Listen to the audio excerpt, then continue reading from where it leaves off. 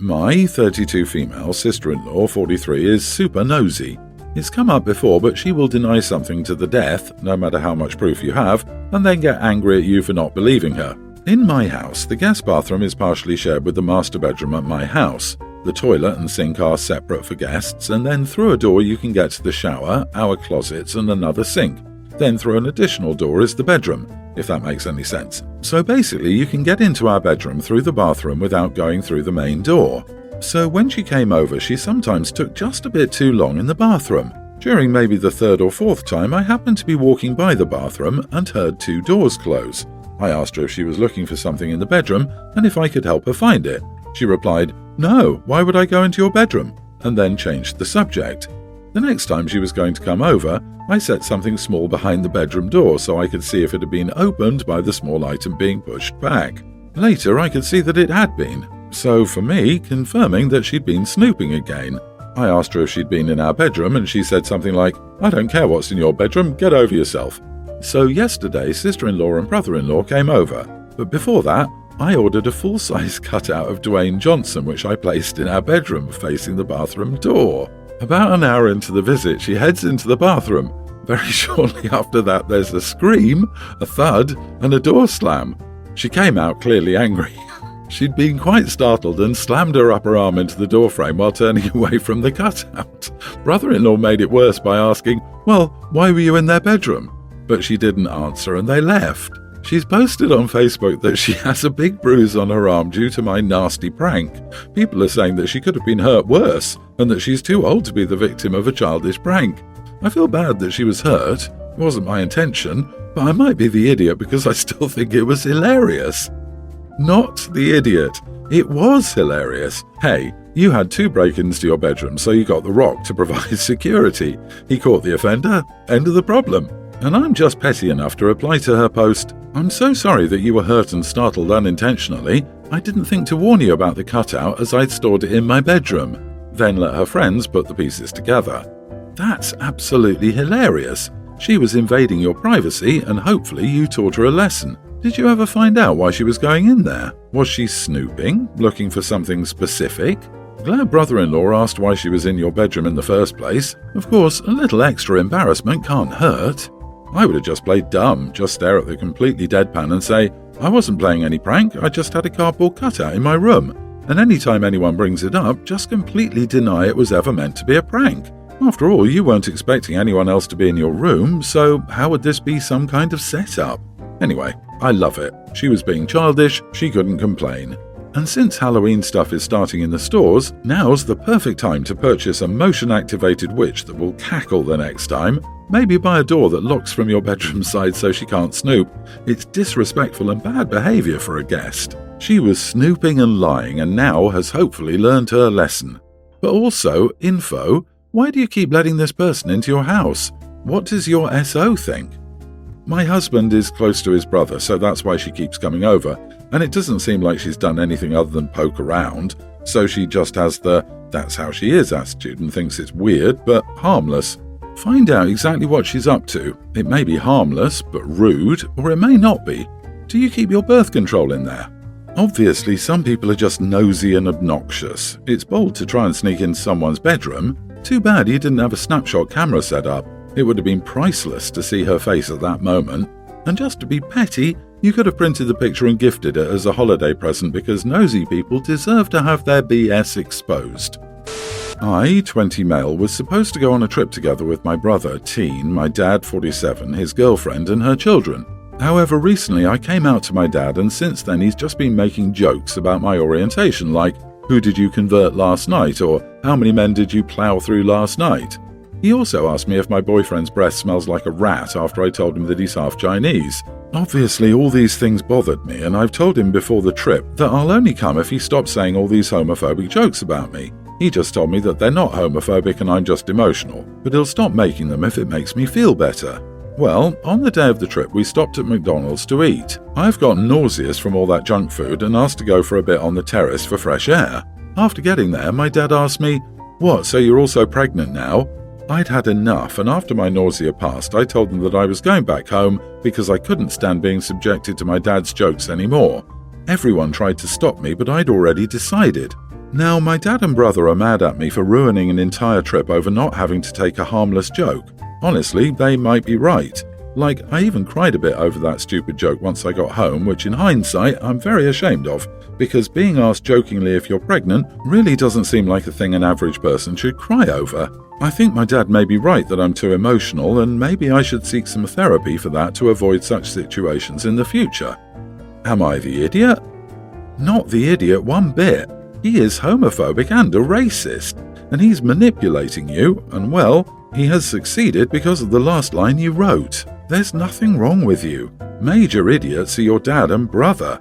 Good that you stood up for yourself and made them show that you aren't to be messed with. I'm so sorry you went through that.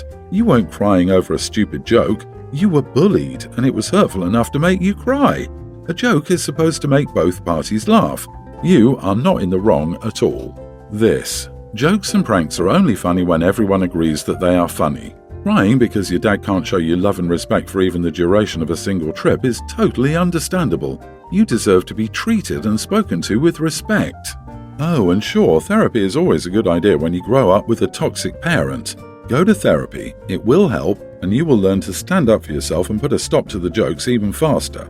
I love it when people say you're too emotional or too sensitive. Your dad sounds like one of those types who has no filter between brain and mouth. And he isn't going to learn to stop throughout one vacation, even if he wanted to, which he doesn't. I don't see you as having any real choice in the matter. OP, I think you need to go no contact with your dad until he completely and totally understands that his sense of humor is awful, how harmful it is to his son, and why it needs to stop. Until he does, you shouldn't have any contact with him at all for the sake of your mental health. I, male 39, married my wife 36 4 months ago. I have a son named Elijah, teen. He and my wife have this tension that started right after she moved in with us. He complains about how she enters his room all the time and invades his privacy and touches his stuff, but my wife says she's just cleaning it for him. He also complains about being forced to eat what she cooks, but my wife says she's just trying to get him to step away from unhealthy fast foods and snacks and get used to healthy homemade meals. The fighting became constant even before the wedding. Then, at the wedding, he complained about being excluded from pictures and food he wanted to have, but my wife said she had nothing to do with it and that Elijah was looking for something to hold over her head. Now, since we're in the summer break and he has plenty of free time, I'd signed him up for a 2-week camping trip and paid for everything. He was supposed to go next week, but something happened a couple of days ago. It was my wife's birthday. As a gift, I created a painting for her and gave it to her during dinner. Elijah started laughing for no reason, which annoyed my wife. She told him he wasn't allowed to watch a movie later that night and sent him to his room. He wasn't happy, he threw a temper tantrum and said he didn't do anything to deserve a punishment. Then, in the morning, my wife woke me up yelling, saying the painting I gave her was destroyed with car oil. She kept saying, "Elijah did it." I had him come out of his room and he admitted that he ruined it to get back at her for punishing him the night before. I lost my temper with him and then punished him by cancelling his trip and taking the money back. He threw another tantrum, saying he had to do it after she punished him for no reason, and that it wasn't fair since I promised, but I said it was final. He started crying and called his aunt as a way to pressure me into backing out of my decision, but I refused. So am I the idiot? You are the idiot. Your son is still a child and your wife competes with him. First, she has no business parenting him. That's your job, not hers. Second, if he doesn't want her in his private space, that is his right. She has no right to invade it for cleaning or whatever else. Third, are you seriously trying to convince us the bride had no say in wedding pictures? Yeah, I was thinking, why is his wife going into his son's room to clean? He's a teen and that's his private space and he should be responsible for cleaning it. And to punish him for laughing? Yeah, it probably wasn't right to laugh, but we don't know what the picture looked like. The dude seriously needs to open his ears and listen to his son. I'd honestly think she destroyed it herself and blamed it on him if he hadn't owned up to it. You've taken her side repeatedly instead of believing him when he says she's crossing lines. You've only been married 4 months and there are a lot of red flags from her. He's a teen, he doesn't need a stranger coming in and pushing him around or out of your life, and that's what seems to be happening. Look at everything objectively and wake up. She punishes him for laughing? I wonder what she does that you're not aware of, LOL. You are failing your kid, OP. You need to protect your son from your wife. She clearly has no respect for the kid, and that's on you for not nipping that in the bud. This isn't about a camping trip or a painting, it's about a father who has failed to protect his son from his new wife. I, 35 male, my wife 34 and our 2 kids, one toddler and one a little older, live in a VHCOL, very high cost of living city. I made about 5 times as much as my wife, so we do pretty well. If my income were the same as my wife's, we wouldn't be able to afford to live in our city. My job is pretty low stress, about 35-ish hours a week, with the only requirement that I'm on call for 1 week out of each month. Normally nothing ever happens, so I do my usual routine with the understanding that if I am needed, I'll drop whatever my wife and I are doing and work until the work issue is resolved. This only ever happens once every quarter and only lasts a few hours. My wife, on the other hand, has a much more stressful job. Her boss is incredibly demanding and often demands random and insane things, just as a power play with her subordinates. She usually works about 45 to 50 hours a week. As a result, I take care of most home stuff, drop off, pick up kids from daycare, cook meals and generally keep the house clean. The incident. It was an on-call week after work hours when my wife got a text from her boss about fulfilling an emergency request for a client. My wife complained that this request could wait until tomorrow, but she would rather get it done so she doesn't have to listen to her witch boss in the morning if it's not done. I had no problem with it, but I reminded her that I am on call, so I might need to switch with her if something came up. She made a grunt of acknowledgement, but nothing beyond that. About 2 hours later, I got an all-hands call to come into the office immediately. Normally, I can resolve issues remotely, but we had an issue that prevented us from remoting in. I rushed upstairs and told my wife I had to leave, only for her to turn around and say, "Sorry, but my issue came up first. You're going to have to tell your work you can't." I was taken aback and told her that no, this issue isn't something I can skip for anything short of I am physically in the hospital and can't come in. She got increasingly angry and started ranting at me, but I told her I didn't have time for this and that I was leaving. When I get back, we can discuss this. She started crying, but I had no more time, so I left for the office. On the way, she called me to continue the argument, and in the heat of the moment I said, "Look, I respect that you put a lot of time and energy into your work, but we cannot afford our house or lifestyle without my job. So when push comes to shove, my job has to come first, otherwise we're going to be on the streets." She hung up on me after that. When I got home about 3 hours later, around 11 p.m, the kids were crashed out on the living room couch with several bowls of cereal spilled around them. I went upstairs and my wife was locked in the bedroom and refused to talk. In the morning, I learned from the kids that she spent the night crying in her room and didn't feed them dinner or tuck them in, so they made cereal and had a sleepover in the living room. Not the idiot. Your wife, however, needs to talk to a therapist. Her reaction is not normal, nor is it healthy. She should also look for a new job as her current job is clearly interfering with her life and her emotional state. She knew you were on call. This was a known, pre-arranged agreement. Her suddenly going back on it and also neglecting your children is not healthy.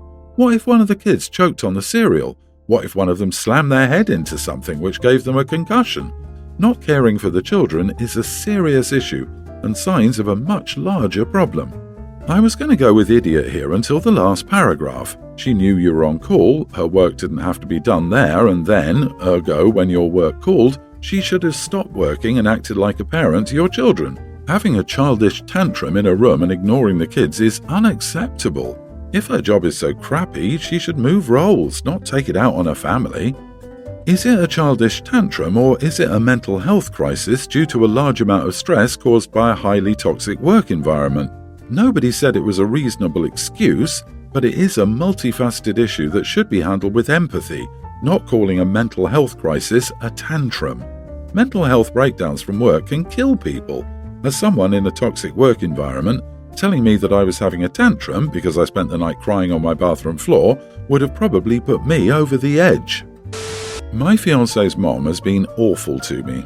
This woman just does not like me and lets everyone know. He was great with putting her in her place, standing up for me and setting boundaries. Unfortunately, she stopped speaking to us about 1.5 years ago. If we talk to her, she will just stare at us, sometimes making her eyes bigger for effect. If we're at the same event, she will flat out ignore us, and if she is hosting something, we're not invited. He did try to ask her what her deal was, but she literally would not speak. We're planning our wedding, and I assumed that she was automatically off the guest list.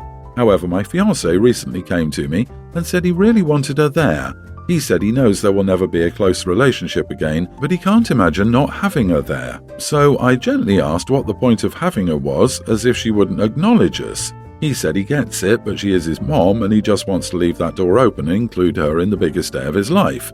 He said he wouldn't invite her if I didn't want her there. I thought he wanted me to be honest and said that I really didn't want her there. Well, that upset him and he clearly still wants her. Right now I'm standing firm. I asked for some opinions and my mom and bridesmaids all agreed that she shouldn't be there. She hasn't earned it and seeing her will cause me stress. I don't know if I'm being an idiot though, because she is his mom, not mine, and I'm not letting him make the decision. Not the idiot. Anyone who strives that hard for acknowledgement is caught up in the narcissistic fog. She gives him nothing, and yet he's willing to do just about anything to please her. Plus, he asked you to be honest and then shamed you for doing so. Yeah, you two need to talk before you two make some vows, because if he's going to continue to sacrifice things and demand you do so as well to comfort someone who won't appreciate it, I think twice before saying I do. You are the idiot. My wedding. That's where you've messed up. It's not just your day, it's his day too. Yes, it'll make you feel uncomfortable to have mother-in-law there, but he's given many valid reasons why it's important to him that she is. Marriage involves compromise. Time to start practicing that. Respectfully disagree. This is an adult who behaves like a silly child and doesn't follow basic etiquette in everyday life. Therefore, she will act like a fool at the wedding. A wedding is not the time nor place to start a reconciliation. However, if your fiancé wants one last chance to reconnect, he should be reaching out now and resolving any issues. While I can understand the fiancé's point of view, he is willing to take the huge risk of ruining their wedding day for the zero chance that his mom may become a half-decent person one day. That doesn't exactly bode well for their marriage, because how many other big life events is OP expected to sacrifice for the sake of keeping a woman who hates her in her life?